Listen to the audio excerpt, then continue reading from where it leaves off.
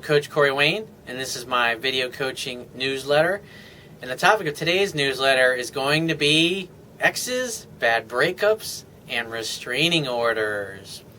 I got an email here from a guy who's written me a couple of times, and I guess apparently the ex-girlfriend or ex-fiance lived across the street from him. And the last time we heard from him, he had actually was visiting a guy friend of his who also happens to own the place where his girlfriend works. Or I should say his ex-girlfriend or ex-fiance works. And at the time that he was actually there, he received 2 different phone calls from 2 different women that he was dating when the ex-girlfriend happened to be around him and his buddy while he was visiting with his friend. And I remember him saying in the article, and I'll put a link on the page here to it, he was saying how she seemed irritated and pissed off when he was talking to these other women on the phone. And so I guess a few weeks went by after this particular incident happened, or actually about 2 months went by from what he said. And then out of the blue, in a late evening one night, he gets a knock at the door, and there's a couple of police officers there serving him with a restraining order. And apparently this particular woman had gone out and claimed that he said that he threatened her life when he was around her the last time. And I'm going to go ahead and read this here to you, but it brings up, because when it comes to the topic of breakups or relationships, men and women both who don't have emotional self-control, they struggle with this when they're trying to deal with a breakup. And a lot of times it makes men and women both do really stupid and irrational things because they're hurt, they feel fearful, that kind of thing. And so he says, "Hey Corey, Jerry here, ex across the street. Really liked the article about he's making his ex jealous. Anyway, 1 week later on Friday night, the town cops showed up at my home with a temporary restraining order, took my firearms, and gave me a court date of March 12th. Guess who it was from? The ex-girlfriend, obviously, or fiancé.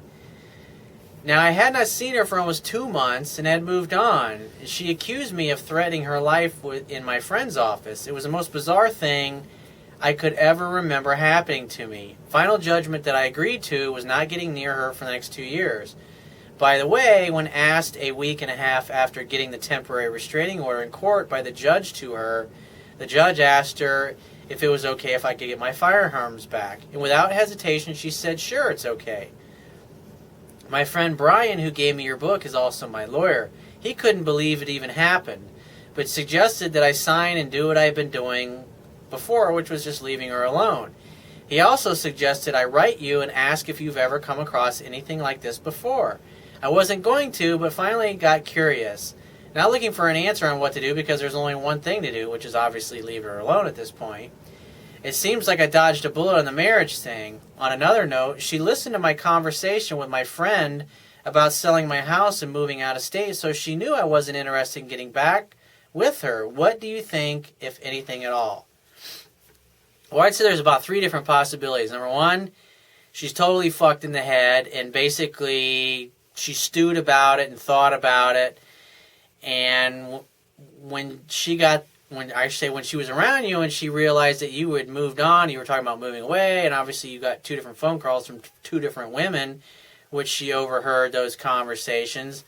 Maybe she's a little fucked in the head and thought, I'll get back at him and I'll send him a restraining order. Women do crazy shit like that. I remember one of the guys that used to work for me, very successful guy, one of my top salespeople, he made multiple 6-figure incomes. But yet he had this particular gal that he was dating, this little small girl. She couldn't have been more than 105 pounds. And one night when they were having one of their many knockdown, drag-out fights, she got pissed at him. And I guess he locked the door or whatever. And she kicked in this solid core wood door. And so he ends up getting a restraining order against this girl, a couple days later. And I think the restraining orders, the way they work, they last for 2 weeks. And then if you go to court, you can get it to be permanent. And so I remember you telling me this story. I was like, that's crazy. And I saw what she did to this door. And this is like this little tiny skinny girl. And she just destroyed it. She just kicked this fucking thing in like it was nothing. And this is the crazy thing about the story. Is so 3 or 4 days after he gets the restraining order, I remember he comes in the next day and he's got this look on his face. He's like, and I knew him pretty well. And I was like, what did you do, dude? And he's his girlfriend. I'm not going to mention her name, but he's like, she came over last night. And it's like, what do you mean? It's like, you got a restraining order against her. It's like, I know. And it's like, we had fucking great sex. Just like that. And I was like, dude, are you just totally into psycho sex or something? And he always joked around about that. And this girl was just a little nutty, and he kind of liked it that way. But, that was this particular case. I would say the other possibility could be that your body language was just communicating. Even though you were talking to these women, maybe your body language was hostile towards her. Maybe you had a scowl on your face, or maybe she just misheard something that you said and just assumed that you were mad or pissed off at her because of the way you were looking at her, and she felt threatened. Maybe that's why she did it. And the third possibility is that you're just totally full of shit and you actually did threaten her. And everything that happened actually happened the way she said it happened. I don't know. I can only go off of what you tell me. And, I know in some cases, a lot of times, men and women both, when they write me, they tend to sugarcoat things. And they tend to make things look a little rosier and a little better than they actually were because they're embarrassed about what happened or whatever. But, from what you said here, the only thing that I can think of, as long as you're telling me the truth and what happened, you haven't left any details out, and you weren't a dick to her, and you weren't mean to her, the only thing I can think of is that she's a little messed up in the head, and she reacted that way. And I do know from personal experience of a woman that I once dated, and I did write about her briefly in my book. This particular woman, she's a great girl, but she was a passive-aggressive person, and passive-aggressive people, they tend to fuck their relationships up when there's nothing wrong because they're afraid or they're fearful that it's not going to work out. So they figure, hey, I'll just create this big drama, or I'll just end it now because it's not going to work out anyways, and I'd rather be the one to end it so I don't get dumped later on. And they made, this one particular girlfriend, she was constantly creating problems in our relationship when she became fearful that things were not going to work out because she had absolutely no communication skills at all. And she's a very beautiful woman, very feminine. She's also the type of woman, it's like, I was very close with all of her family, and she had 3 older brothers. And they also were like, Corey, dude, she's a little fucking wacky. I love her, she's my sister, but she's a little wacky.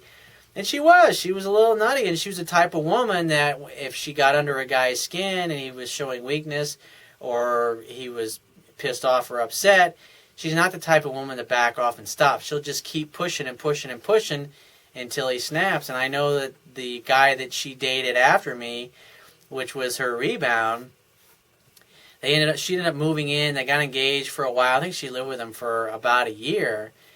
Well, she ended up getting a restraining order against this particular guy because he was very needy, he was very insecure. He was one of these guys that she always kept around in her life who was just a friend, but he was always backup. And so what basically, because she and I talked about this, quite a bit, after it had happened. And what, I explained to her is like needy, insecure guys that don't know how to deal with a feminine woman like you who's fucking hell on wheels. Because she was. I love her. She's a great gal, but she's hell on wheels and she's a handful. But I said to her, if a guy that feels insecure and he doesn't feel like he has any control over you or the situation, that's how they tend to react, is they tend to react with violence and they try to force things. And that's why women get so scared when you mess with their safety and level of comfort, which I talk about in a lot of my articles. It's something that's really important. But, it's just sometimes, maybe in this particular case, this particular gal is a little nutty, but the best place to be in when you're dating and you're single or you're trying to get over a bad breakup is learning to let go of what happened, learning to let go of the past, learning to let go of toxic people, toxic relationships, and just, realize that there's no imperfection. You didn't do anything wrong because you reacted the way you reacted based upon your belief systems and what you were feeling at that particular time. I mean, at the end of the day, we're all just doing the best we can with where we were at. What's done is done. The only thing you can do is let go of the past and to move forward and start meeting new women and having new experiences, because what a lot of guys do in these situations is they tend to put the blinders on and they get focused totally on what didn't work or what didn't work out, and they suffer and they don't progress. They don't interact with any other women because they're worried or they're upset about what didn't work out in the past. And the key is that you got to keep moving forward. You got to keep getting better. You got to keep applying the skills that I teach, because when you see that they work, that's what builds your confidence. And the more successes that you have, obviously that confidence builds upon itself going forward. So if you find this message of value, you can show your appreciation by going down to the Wibbia toolbar, which is at the bottom of your screen if you're watching this video on my website, and click the PayPal donate button and donate any amount that you feel is equal to the value of the information in this video. At the very least, please share this page with all of your friends and family by clicking any one of the social network sharing buttons, which are also located on the Wibbia toolbar at the bottom of your screen. And if you got a question that you want to ask me, or there's a topic you'd like me to cover in a future video newsletter, click the Contact Me tab on the left-hand side of your screen and send me 3 or 4 paragraphs max detailing your situation and your challenges. And you just got to give me several days to get back to you with a response, because I get a lot of email from the internet, and I also get a lot of email from my paying phone coaching customers, and obviously I got to focus on answering their emails first, but be patient and I will get back to you. And if you'd like to talk to me right away so I can help you with a specific challenge or situation that you're having, click the Products tab at the top of your screen and just follow the instructions for booking a paid phone coaching session with yours truly. And I will talk to you soon.